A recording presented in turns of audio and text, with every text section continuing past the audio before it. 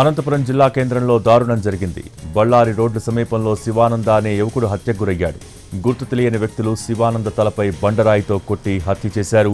కుటుంబ కలహాల కారణంగానే ఈ హత్య జరిగి ఉంటుందని పోలీసులు అనుమానం వ్యక్తం చేస్తున్నారు.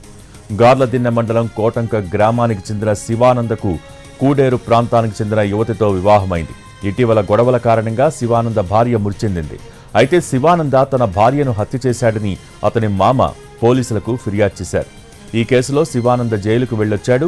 జైలుకు వెళ్లి వచ్చిన శివానందపై కక్ష పెంచుకున్న కుటుంబ సభ్యులే హత్య చేసి ఉంటారని అనుమానిస్తున్నారు పోలీసులు. 4వ పట్టణ పోలీసులు కేసు నమోదు చేసుకుని దర్యాప్తు చేస్తున్నారు.